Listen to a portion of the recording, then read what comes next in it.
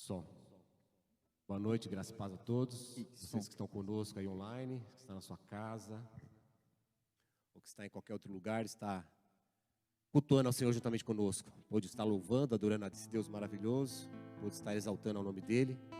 Então estamos felizes por você estar aí conosco. E peço que você continue conosco, porque Deus tem uma palavra especial para os nossos corações nessa noite. A palavra de Deus sempre é especial, né? Ela toda é especial. E hoje não será diferente. Ele tem algo para transmitir para o seu coração, para a minha vida, para o seu lar, para a sua família, para os jovens, para os adolescentes. Hoje a palavra abrange a todos nós. O Senhor quer falar algo especial conosco nessa noite. Mas antes eu quero fazer um lembrete a todos vocês que é aqui da comunidade Cristã da Colheita. Continuamos de quarta e sexta-feira, né? Nós temos sempre a pessoa aqui na igreja às quartas e às sextas-feiras, das 8 às 11 e das 14 às 16 horas. Vai estar sempre alguém aqui para você poder trazer o seu mantimento, ajudar na assistência social, né? Trazer o alimento para ajudar a montar as cestas básicas, né? Para ajudar as famílias que tanto necessitam, como nós temos dito, né? Principalmente nessa época, tem se agravado um pouco mais a necessidade das pessoas. Então nós contamos com a sua colaboração, com a sua ajuda, que você possa estar nos ajudando a abençoar as famílias, ajudar a abençoar as pessoas com o seu mantimento. E também você que tiver seu dízimo, sua oferta, você pode estar depositando ou fazendo transferência para a conta que deve estar aparecendo para você agora no monitor. Você pode estar anotando aí, fazendo o depósito, fazendo a transferência. Mas se você preferir, você pode também estar vindo aqui na igreja, nesses horários que eu coloquei, de quartas e sexta-feira, das 8 às 11 e das 14 às 16. E trazer pessoalmente aqui, vai ter alguém aqui para estar recebendo. Amém? Então não deixe de fazer isso, não deixe de cumprir com a vontade que o Senhor tem para as nossas vidas. Amém? E que o Senhor possa estar falando aos nossos corações essa noite. Que você possa estar acompanhando juntamente comigo algo que o Senhor quer falar conosco na sua palavra. O tema dessa noite, um tema um pouco estranho, talvez as pessoas olharam o tema, aqueles que tiveram curiosidade, acharam um pouco estranho. O tempo dos tempos. É mais para chamar atenção mesmo, mas nós vamos falar algo a respeito do tempo, né? E o que significa tempo? Então, o tempo, pelo dicionário, é a duração relativa das coisas que cria no ser humano a ideia de presente, passado e futuro. Tempo é o período contínuo no qual os eventos se sucedem. Isso é o tempo. E nós, né, o ser humano, o homem, criou algumas formas que poderia lhe capacitar a medir esse tempo. Nós medimos o tempo através dos segundos, minutos, horas, dias, semanas, meses, décadas, séculos, milênios. É uma forma de nós medirmos o tempo, né? Mas o tempo também pode ser medido por acontecimentos, por eventos. Por acontecimentos, por eventos. A gente costuma usar muito, né, a frase naquele tempo ou naquela época, para medir o tempo. Um tempo às vezes que não tem uma contagem certa. Então nós usamos muito essa questão dos eventos, dos acontecimentos, e usamos bastante esse termo, né? Naquele tempo, naquela época, para medir o tempo. Mas sabemos que Deus é aquele que determina e quem controla o tempo. Todos os acontecimentos que se repetem, ou os acontecimentos que não se repetem. Todos estão no controle de Deus. Tais como a morte, a vida, as estações do ano, né? Tudo isso aí está sob o controle de Deus. Todo o tempo está nas mãos do Senhor. Somente Deus conhece verdadeiramente esses tempos. Porque, como eu falei, o controle está em suas mãos. Então nós podemos definir e dividir os tempos em ciclos, períodos. Às vezes a gente usa o termo ondas, ou teologicamente a gente usa muito também as alianças, né? Que a Bíblia fala, as dispensações. Tudo isso são meios e formas de nós medirmos, analisarmos, vermos o tempo. Mas o tempo, tudo isso, terá um momento em que tudo isso será consumado. O tempo terá um fim. Tudo isso haverá um tempo em que acabará o próprio tempo contado por nós aqui na terra. E lá em Daniel capítulo 12, versículo 9 e 10, fala um pouquinho a respeito disso.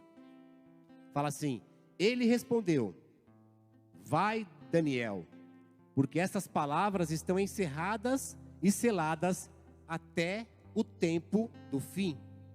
Até o final dos tempos, até o tempo do fim.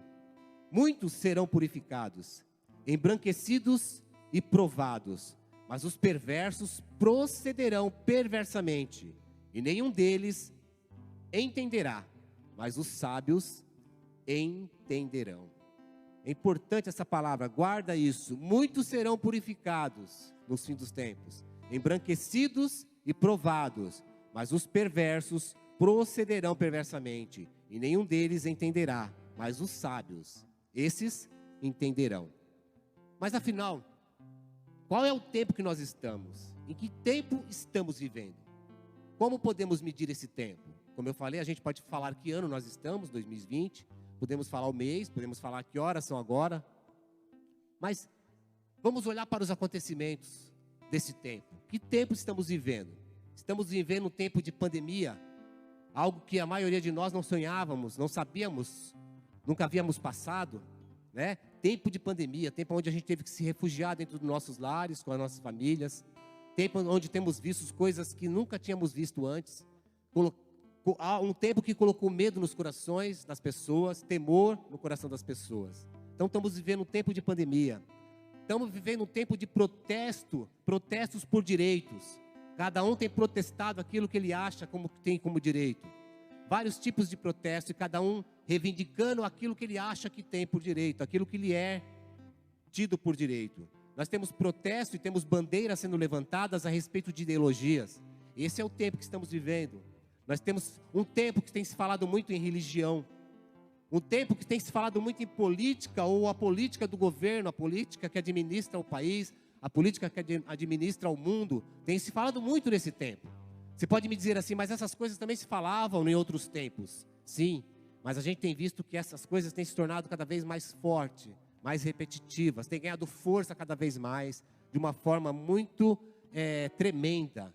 E tem até mesmo assustado a sociedade, o mundo, levando o mundo a pensar que há necessidade de se colocar um governo mundial para administrar tudo isso. E esse é o tempo que vivemos. É um tempo em que vivemos o egocentrismo, o individualismo. É um tempo onde a pessoa é egocêntrica, é individualista, só pensa nela. É um tempo antropocentrismo, onde o homem é o centro de tudo, o homem é o centro do universo. Tudo acontece por ele, para o homem, e não para Deus. Essa questão está sendo tão forte, que nós percebemos que o homem acha que Deus, na verdade, tem que servi-lo. O homem tem que estar disposto o quê? A abençoar, ou Deus tem que estar disposto a abençoar o homem. Deus tem que estar ali para curar o homem. Perguntas são feitas para Deus. Deus tem sido interrogado pelo homem, porque o homem acha que ele é o centro da atenção. É ele em quem rege o universo. O homem tem se colocado nessa posição ultimamente. O homem como centro do universo. E Deus como se estivesse ali apenas para servi-lo. O que tem imperado no nosso tempo? A mentira, o engano, a falta de amor tem sido tão grande. A gente tem falado assim, nessa época de pandemia, nós temos falado que as pessoas têm se sentido mais solidárias, né? Mas a gente também tem percebido quanto as pessoas têm demonstrado o seu ódio, a sua raiva, a sua falta de amor, matando por pouca coisa, destruindo as vidas por quase nada. Maridos matando mulheres, namoradas matando suas namoradas, suas noivas, pais matando filhos. Tempo de falta de amor. Esse é o tempo que estamos vivendo. Um tempo de corrupção. Nós brasileiros podemos falar muito sobre isso, porque vivemos isso já há algum tempo. Uma corrupção cada vez mais forte, cada vez maior, ganhando corpo. A gente com aquela esperança de que isso acabe, de que isso diminua. E a gente tem visto aí a corrupção continua batendo às nossas portas. Tempo de caos, tempo de peste, tempo de doença. Nós vemos tudo isso pelos canais de comunicação, que a violência está organizada, que o crime é organizado. Os jornais falam, o crime está aí, o crime é organizado. A destruição parece organizada, só parece organizada. Tem áreas de ser organizado, mas são ordens satânicas que dominam tudo isso e que controlam tudo isso. Este é o tempo que estamos vivendo. Quando olhamos para o nosso tempo, nós podemos enxergar tudo isso e algumas coisas mais, talvez, que se fôssemos parar para escrever, fazer uma lista, muitas outras coisas poderíamos acrescentar aqui. Mas estes são algumas coisas do nosso tempo, que nós temos visto, que estamos vivendo. E no meio de tudo isso, está a igreja de Cristo. No meio de tudo isso, está eu, está você, está a igreja. E como nós estamos no meio de tudo isso? E como temos tomado partido diante de tudo isso? Qual tem sido a nossa postura, qual tem sido as nossas ações, as nossas atitudes, mediante a tudo isso que está acontecendo? Nós conhecemos Deus, o Deus da palavra, o Deus da Bíblia. E nós sabemos que Deus, Ele é a favor de usar a disciplina com vara para a correção, para corrigir o seu povo. Porque a vontade de Deus é que o seu povo se volte a ter uma aliança com Ele. Esse é o desejo de Deus. Essa é a vontade de Deus. E para isso Ele usa da disciplina da vara. Mas nós sabemos que muitos ainda estão bêbados em seus pecados, nos seus delitos. Não conseguem ver nada. Estão cegos, estão com seu entendimento fechado, tampado. Não querem se consertar. Não querem, pois leva tempo. O conserto leva tempo, leva esforço. Não querem, estão cegos nos seus delitos. São como a geração de Joel.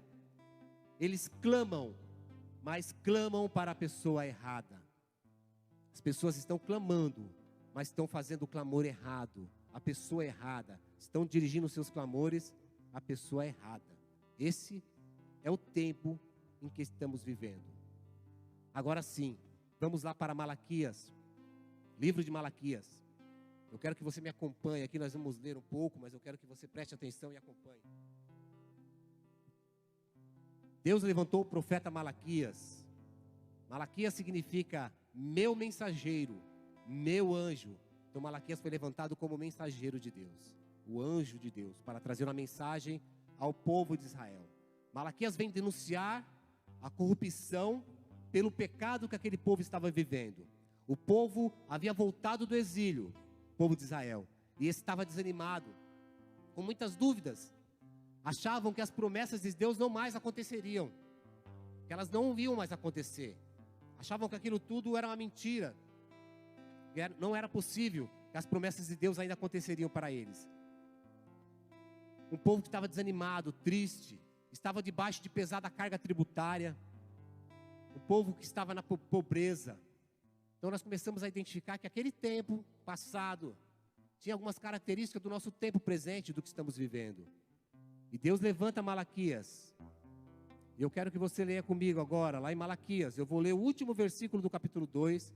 Depois nós vamos ler bastante aqui o capítulo 3, talvez o capítulo inteiro 3 e o capítulo 4. Porque Deus levanta Malaquias para levar uma mensagem ao povo de Israel nessa situação. E aqui nós vamos entender qual era essa situação e o que Deus queria com aquele povo e o que Deus quer conosco hoje.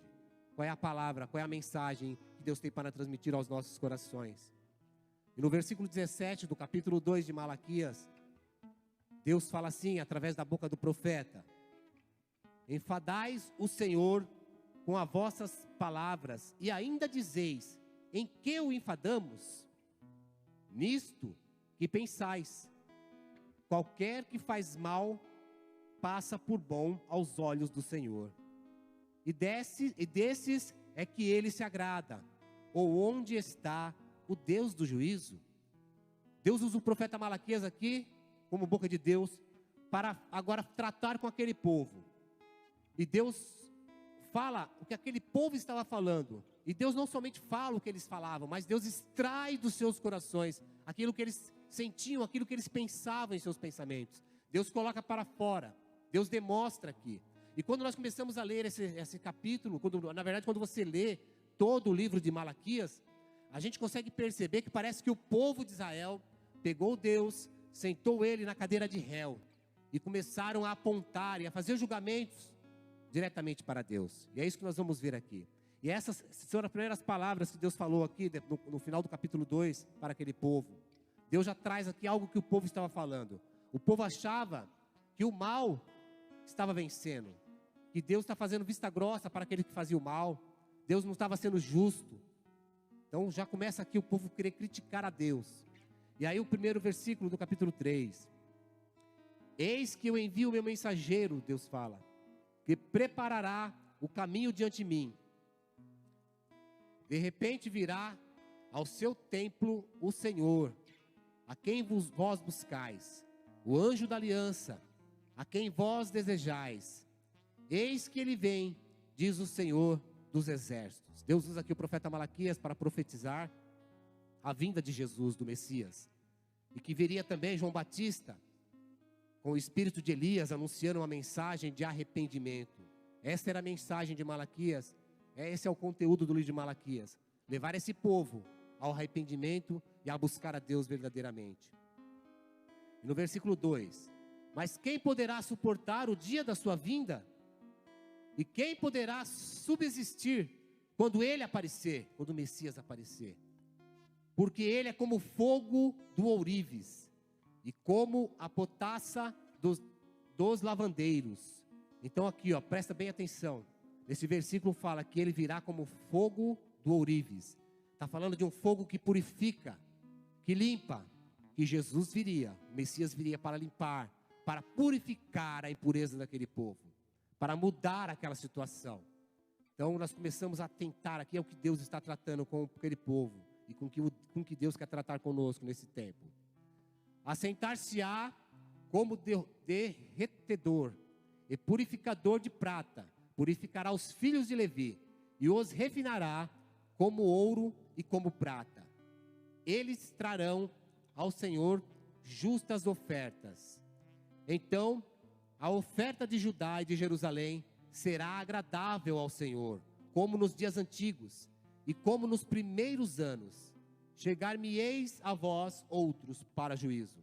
Serei testemunhas velozes contra os feiticeiros, contra os adúlteros e contra os que juram falsamente, e contra os que defraudam o salário do jornaleiro e o oprimem, a viúva e o órfão, e torcem o direito do estrangeiro, e não me temem, diz o Senhor dos exércitos. Aqui vem uma profecia de justiça, que Jesus traria justiça. Aquele povo, eles haviam deixado o zelo pelas coisas do Senhor. Israel havia abandonado o zelo pelas coisas do Senhor. As suas ofertas, os seus dízimos, os seus sacrifícios não eram da forma que Deus havia ordenado. Seus animais eram com defeitos, suas ofertas eram do resto, era do que sobrava. Animais doentes eram oferecidos ao Senhor. E Deus não estava se agradando daquele sacrifício. Versículo 6: porque eu, o Senhor, não mudo, por isso vós, ó filhos de Jacó, não sois consumidos. Deus está falando aqui, eu não mudo, porque Deus havia feito uma promessa. Deus fez uma promessa para Israel. E essa promessa se estende até nós nos tempos de hoje. Essa promessa, ela continua para as nossas vidas. Ela se cumpriu em partes com a vinda de Jesus, mas ela ainda se cumprirá com a sua segunda vinda. Esta é uma promessa para nós também. Então Deus fala aqui que não havia consumido aquele povo, porque Ele tinha uma promessa para eles. Desde os dias de vossos pais, vós desviaste dos meus estatutos, e não os guardaste. Tornai-vos para mim, e eu me tornarei para vós. Deus fala, volte para mim, que eu me voltarei para vocês, diz o Senhor dos exércitos. Mas vocês dizem, olha só o que Deus fala aqui, o que aquele povo estava dizendo. Em que havemos de tornar? O que está querendo dizer isso? O povo estava achando assim, não fomos nós que nos afastamos de você, do Senhor. Foi Deus que se afastou de nós. Então eles falam que por que nós teremos que retornar? Como se Deus que tivesse se afastado dele. Na verdade, ninguém se afastou. Deus continuava misericordioso. Deus continuava amoroso. Deus continuava ali pronto para abençoar. E o povo continuava pecando. O povo continuava rebelde. O povo continuava escolhendo as coisas erradas para a sua vida. Versículo 8. Roubará o homem a Deus? Deus falando. Roubará o homem a Deus? Esse é um versículo bastante conhecido, bastante usado para falar dos dízimos e das ofertas. Eu não vou trazer um enfoque diretamente a dízimos e oferta nesse versículo, mas vamos ler. Roubará o homem a Deus? Todavia vós me roubais, e dizeis, em que te roubamos? Eles tinham o cinismo de falar, em que estamos roubando? Aí Deus fala, nos dízimos e nas ofertas. Com maldição sois amaldiçoados, porque a mim me roubais vós, a nação toda. Então aquele povo estava roubando ao Senhor, nos dízimos e nas ofertas. Os sacerdotes estavam corrompidos.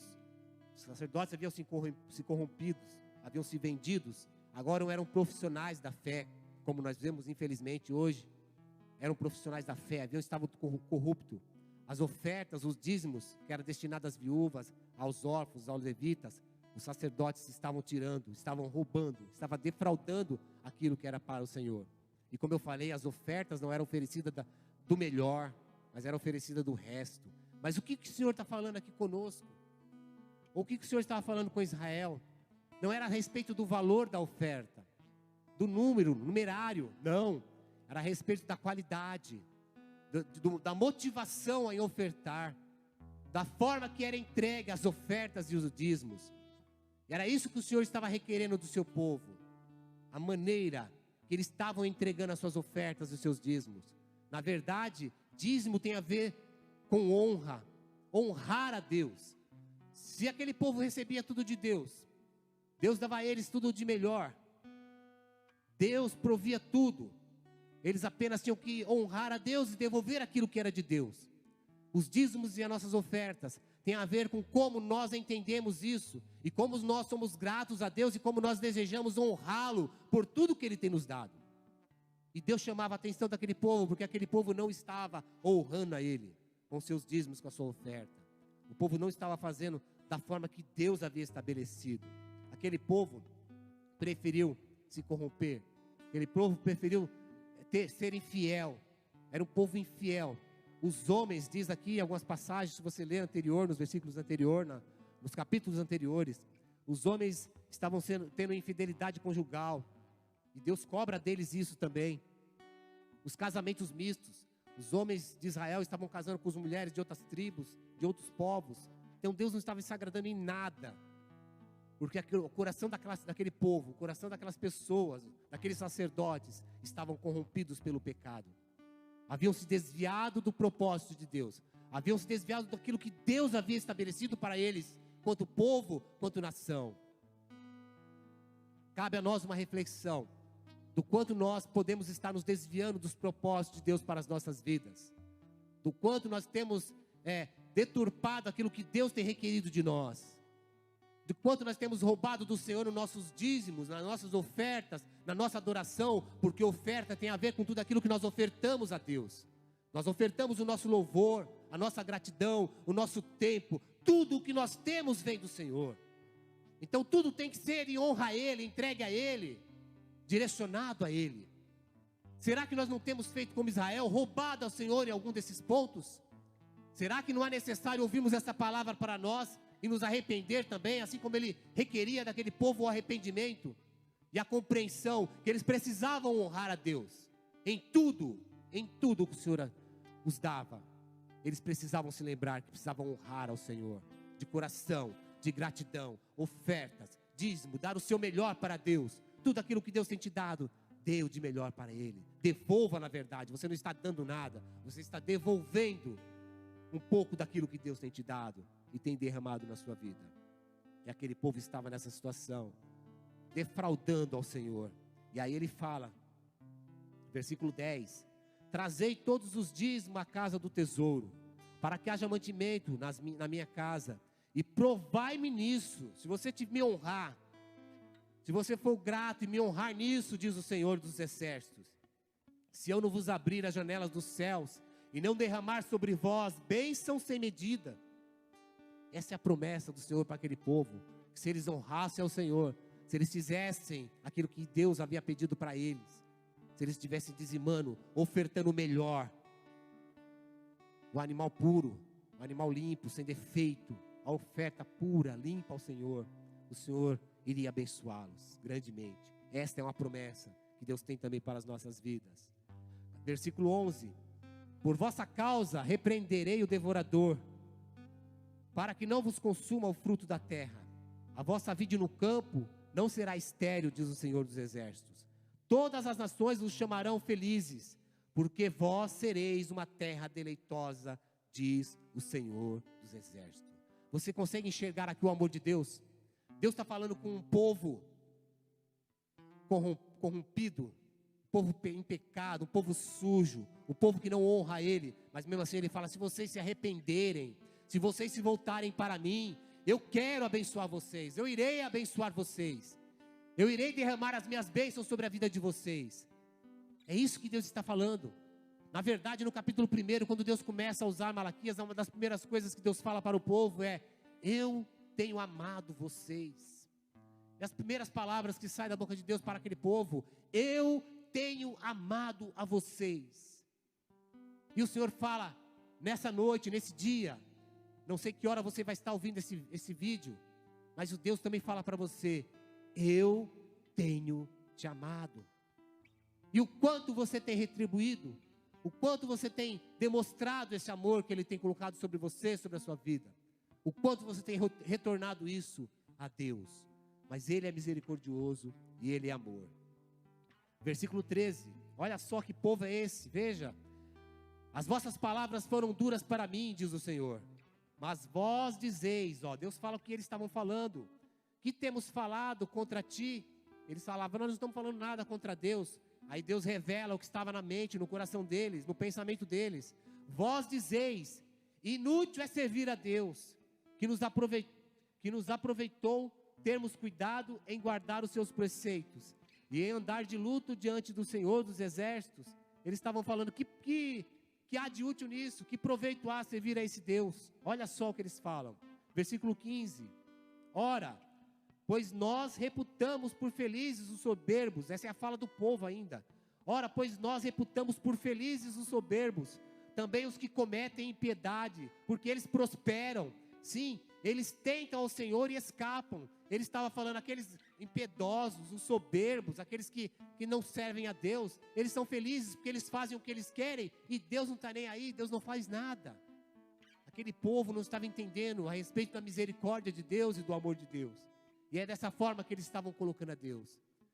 É o que eu falei, quando eu comecei a ler Malaquias aqui, você começa a perceber que parece que o povo está colocando Deus num banco, está querendo julgar a Deus. E eu falei aqui no comecinho, quando eu falei do nosso tempo, o homem está querendo que Deus sirva a ele. Deus está querendo dar ordem a Deus e dizer o que Deus tem que fazer e o que Deus não tem que fazer. E aquele povo estava vivendo mais ou menos isso também. Mas agora preste atenção, você que ficou comigo até agora, continue aí. Versículo 16. Então, os que temiam ao Senhor, existia ali um remanescente no meio daquele povo. No meio daquele povo pecador, rebelde, povo desobediente, povo que não serviam a Deus com sinceridade, com amor, existia ali um remanescente.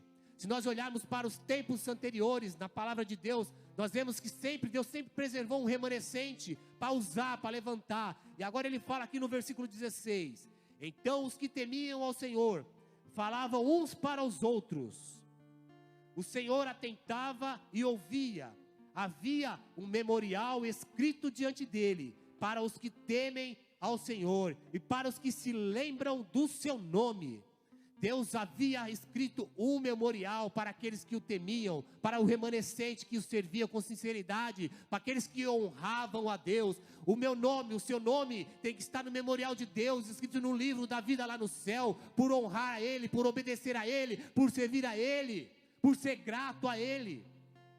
O remanescente do Senhor tem um memorial. Deus se lembra, Deus está falando, eu me lembro de vocês. Porque Deus havia falado que havia um julgamento sobre aqueles rebeldes, sobre aqueles pecadores, mas Ele se lembrava do seu remanescente fiel. Deus não se esquece daquele que o serve com sinceridade. Deus não se esquece daquele que o busca, daquele que se entrega, daquele que entrega seu dízimo, a sua oferta, aquele que louva, aquele que abre o seu coração, aquele que honra e reconhece o poder de Deus em sua vida. Ele não se esquece, Ele não se esquece. Ele faz um memorial. Ele faz um memorial. Versículo 17. Eles serão para mim.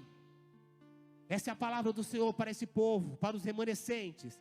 Eles serão para mim particular tesouro. Tesouro particular do Senhor. Naquele dia que prepararei, diz o Senhor dos Exércitos, poupá-lo-eis, como um homem poupa seus filhos que o servem. Essa é a palavra do Senhor para aqueles que servem a Ele, para o remanescente fiel. eles serão para mim um particular tesouro. Eu quero ser um tesouro particular do Senhor.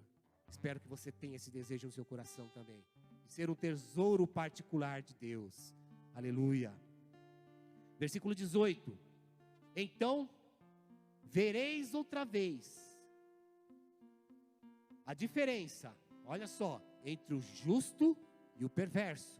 Então vereis outra vez, Deus falou para aquele povo, a diferença entre o justo e o perverso é aquele que não conhece a Deus, aquele que está lá fora, aquele que não serve a Deus, aquele que não quer saber de Deus.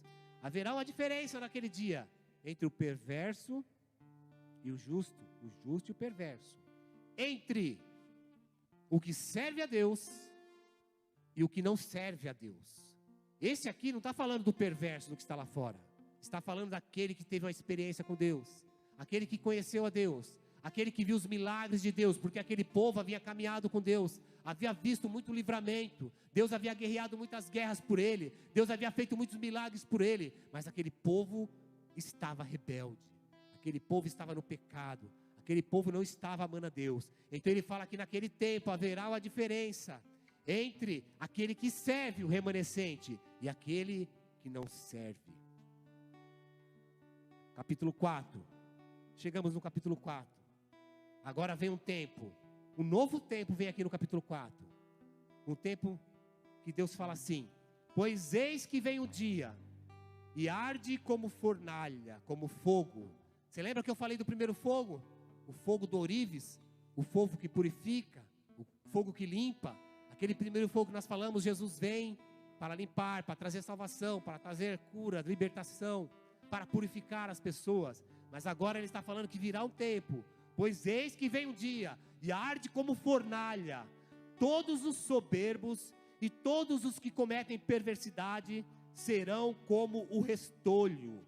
O dia que vem os abrasará, diz o Senhor dos Exércitos, de sorte que não lhes deixará nem raiz, nem ramo, serão eliminados totalmente, não será deixado nem raiz, nem ramo. Versículo 2, mas para vós outros agora, para os remanescentes, para aqueles que servem a Deus, que temeis o meu nome, nascerá o sol da justiça, Jesus, o Rei dos Reis, Ele é o sol da justiça, para esse nascerá o sol da justiça, trazendo salvação nas suas asas. Jesus virá com salvação, Jesus veio com salvação, e Jesus virá novamente na vida daquele que ainda não o aceitou, com salvação. Jesus está te chamando hoje para receber a salvação. Ele quer te salvar, Ele é o sol da justiça, Ele é o que liberta, Ele é o que cura, Ele é o que sara. Jesus é o sol da justiça.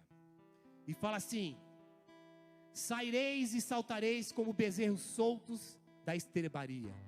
Os bezerros ficavam presos na estrebaria, nasciam, ficavam presos ali até um certo tempo, e depois de um certo tempo a estrebaria era aberta, e aqueles bezerros saíam dali de dentro e ganhavam liberdade, e começavam a saltar de alegria pela libertação que haviam recebido. E a palavra está falando que nós faremos como esses bezerros, saltaremos de alegria, daremos saltos. Por quê? Porque ele fala, pisareis os perversos, porque se farão cinzas debaixo das plantas dos vossos pés, daquele que busca a Deus, daqueles que servem.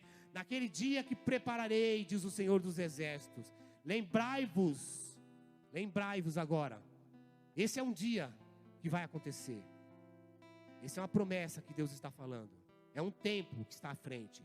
Mas aí ele fala aqui no versículo 4, como é que eu sei, ou como é que eu vou me preparar, como é que eu vou conhecer e que eu vou entender esse tempo? Aí ele fala no versículo 4, ele nos dá a receita, lembrai-vos da lei de Moisés, meu servo, o qual me prescrevi em Horebe, para todo Israel, a saber, estatutos e juízos. Está aqui, ó. Este é o livro, esse é o estatuto que nós temos que obedecer, guardar em nosso coração como salmista, para não pecarmos contra o Senhor. Esta é a palavra que temos que ter na nossa vida, para aguardar esse dia que o Senhor virá se manifestar, para aguardar o dia da segunda vinda de Cristo, que virá buscar a sua igreja, virá buscar o seu povo, virá buscar os seus escolhidos. Louvado seja o nome do Senhor. Versículo 5,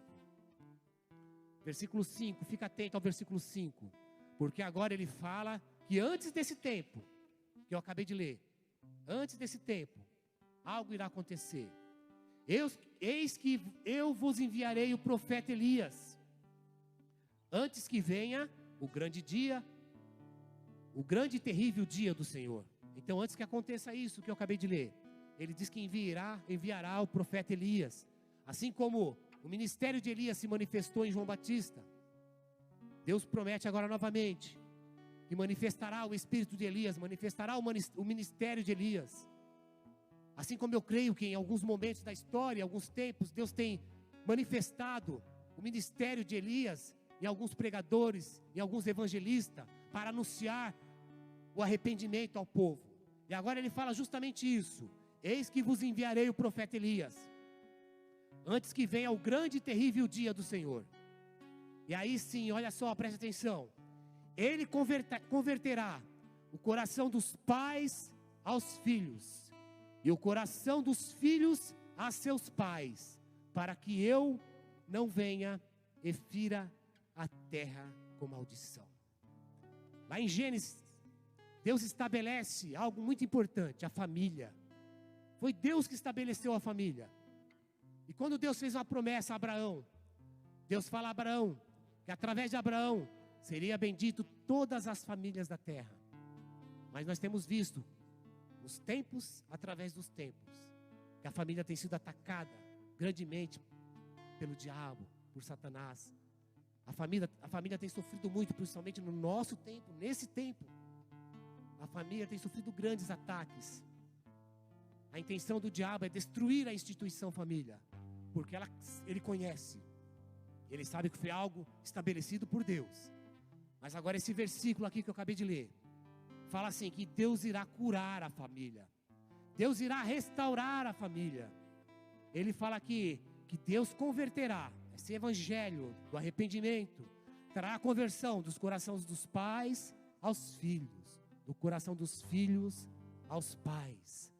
Nós na posição de pai, na posição de sacerdote, eu, pai, mãe, você que está aí assistindo, está acompanhando conosco, Deus irá trazer uma mensagem de arrependimento ao coração do homem, aos nossos corações, para que nós possamos nos voltar aos nossos filhos, ensinando os verdadeiros princípios da palavra, os princípios de Deus. Deus irá nos levantar para apontar o caminho para esta juventude, para esses adolescentes, para os nossos filhos. Deus irá converter-nos a ensinar aos nossos filhos princípios da palavra, princípios estabelecidos por esse Deus. Deus não quer mais que nós nos preocupamos apenas com as coisas materiais, com os valores materiais, com a profissão que o nosso filho vai ter, ou que ele tem que ter, ou trabalhar, suar, para poder dar posse, dar as coisas para ele, mas não dar atenção devida, não dar amor devido. Não. Deus está falando que nós iremos nos voltar para os nossos filhos, convertidos, para apontar para eles o caminho, para apontar para eles as verdades do Senhor, mostrar para eles quem é Deus, o verdadeiro Deus, o verdadeiro evangelho, o evangelho de arrependimento. E os filhos irão voltar-se para seus pais. Lá no capítulo 1, se no capítulo 1 ou no capítulo 2, Deus também fala para aquele povo de Israel: eu sou o pai de vocês, e por que que vocês como filhos não me honram? E agora Deus fala assim, Deus com seu coração convertido para Israel, fala que por que que vocês não se convertem a mim? Deus fala que nossos filhos se converterão a nós, em honra, em obediência, em compreensão desse evangelho de arrependimento, dessa mensagem que tem que ser levada, que tem que ser transmitida, uma mensagem de arrependimento, o pai abençoando o filho honrando o pai, uma geração de obediência, uma geração que irá em obediência a Deus, levar o evangelho verdadeiro, o evangelho genuíno, um evangelho de arrependimento, família restabelecida, família curada, lares curados. Esta é a palavra que Deus tem para nós, esta é a palavra que Deus tem para você.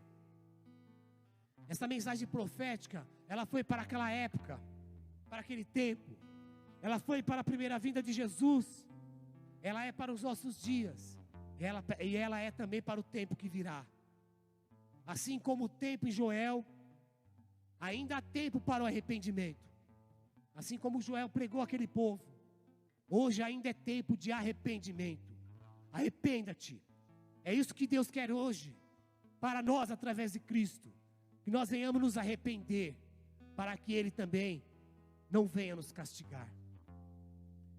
Em Joel capítulo 2, versículo 2 ao 14, fala assim: todavia, ainda agora diz o Senhor, convertei-vos a mim de todo o vosso coração, e isso com jejum, e com choro, e com pranto, e rasgai os vossos corações, e não as vossas vestes, e convertei-vos ao Senhor vosso Deus, porque Ele é misericordioso, é compassivo, tardio em irar-se, e grande em benignidade, e se arrepende do mal. Mas lá em Joel, capítulo 2, versículo 28, ainda fala assim: e depois disso, derramarei o meu espírito sobre todos os povos, os seus filhos, os vossos filhos, as suas filhas, profetizarão, os velhos terão sonhos, os jovens terão visões. Deus tem levantado uma geração de adoradores. Deus tem levantado jovens dispostos a profetizar essa palavra. Deus tem levantado jovens dispostos à compreensão do evangelho genuíno, do evangelho de arrependimento, e está disposto a levar essa palavra, a profetizar aquilo que Deus tem para esse tempo. Deus tem levantado um novo tempo, um novo momento para a igreja. Vamos ficar atentos a isso. Isaías 43, versículo 18 e 19, fala assim: não vos lembrei das coisas passadas. Muitas coisas já se passaram nas nossas vidas. Tempos já se passaram. Tempos ficaram para trás. Esse tempo agora também irá passar. Esse tempo agora também ficará para trás. Não vos lembrei das coisas passadas, mas considereis as antigas. Experiência. Adquira experiência com as coisas que você já passou. Aí Deus fala: eis que faço coisa nova. Eis que faço coisa nova. Coisa nova Deus está fazendo, que saindo à luz, porventura não o percebeis? Você não tem percebido que Deus tem feito coisas novas? Pois Deus está nos chamando a atenção. Eis que faço coisas novas. Eis que porei um caminho no deserto, e rios no ermo. Eis que porei um caminho no deserto, e rios no ermos. Nós, enquanto pais, podemos nos considerar arcos, que ao receber esse evangelho, ao receber essa palavra, ao receber essa profecia em nossas vidas, possamos nos incendiar, e possamos ter arcos de fogo na mão do Senhor.